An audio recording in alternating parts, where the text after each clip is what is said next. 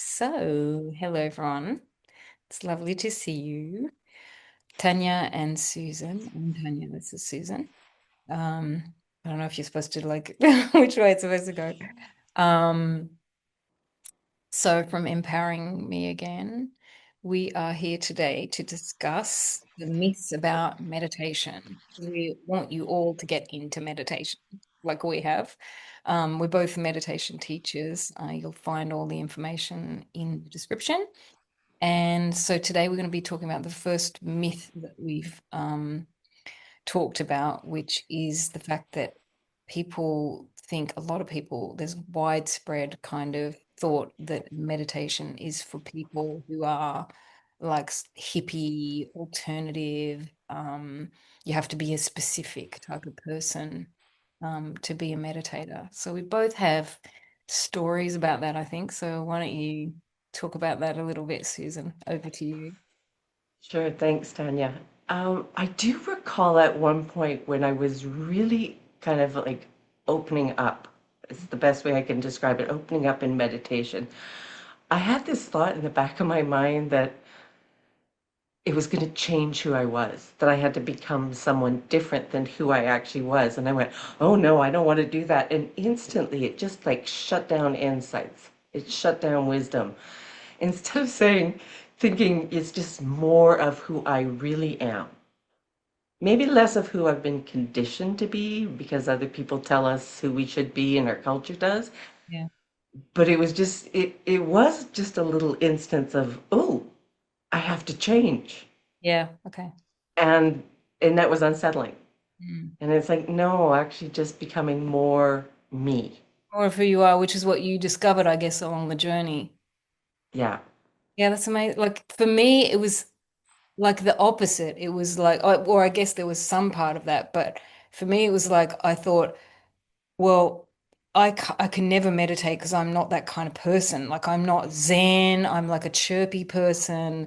I was a bit of a rebel when I was growing up. Like I was never, I always admired those people who were very soft and slow, and I thought, well, that's the kind of person you need to be to meditate.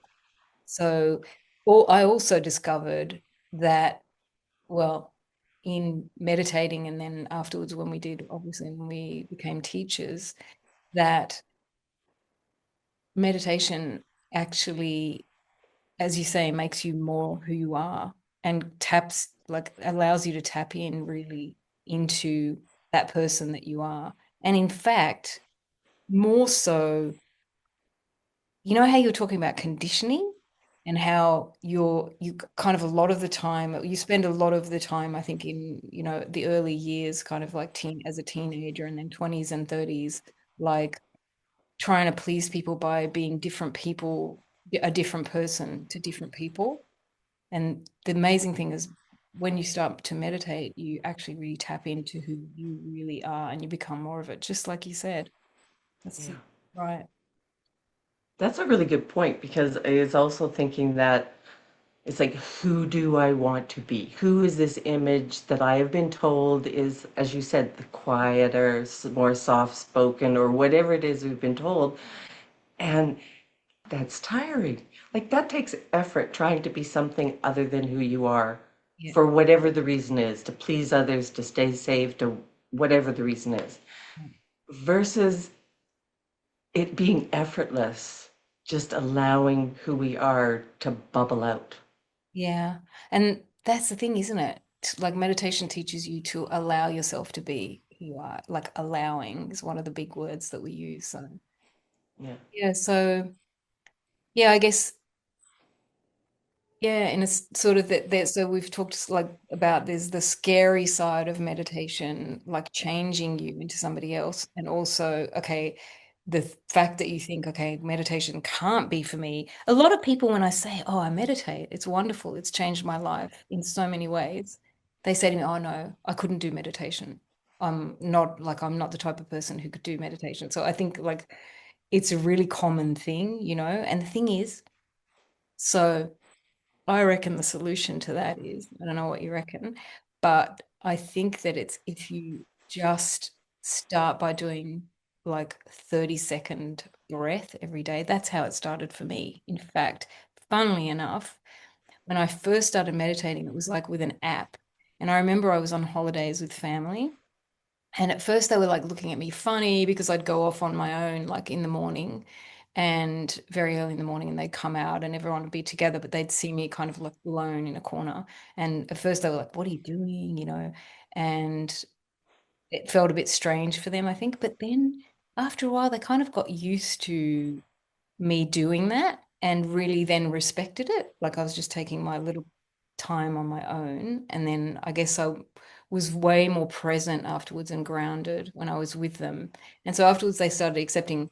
And then, of course, years later, now they're all actually have discovered, I think because of the fact that they saw me doing it, they've discovered things like meditation and yoga, and they're sort of saying, "Oh, yeah, you really should meditate."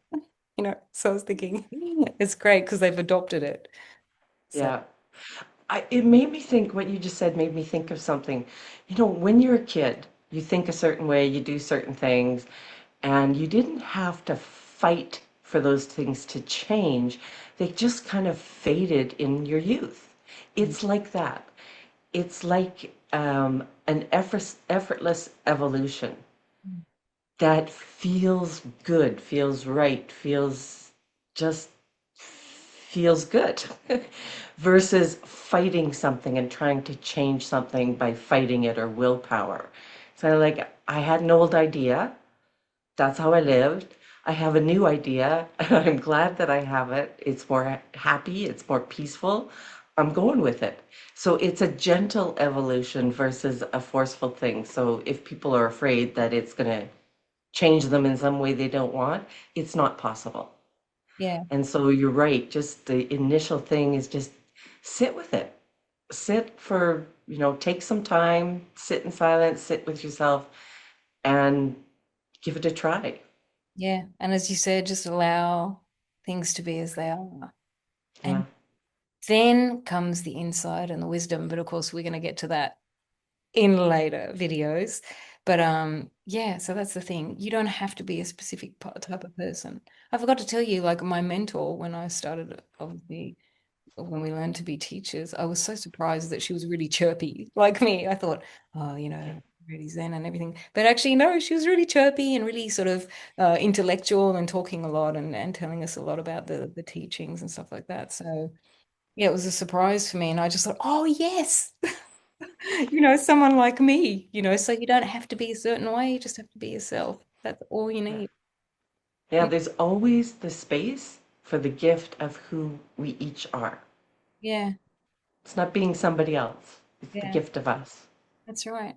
And when you meditate, then you realize that even more. So it's great. Yeah. So thanks so much. And Thanks. it's great discussion as usual, as we always have. And okay, and you guys, well, looking forward to seeing you soon because we're going to go on and do some. We're quite new to this, as you probably can tell, but we're going to go on and do some more videos about myths. So we're myth busting at the moment about meditation because we want to get you all into it. Okay, so love to everyone. Thank you for your presence and see you very soon.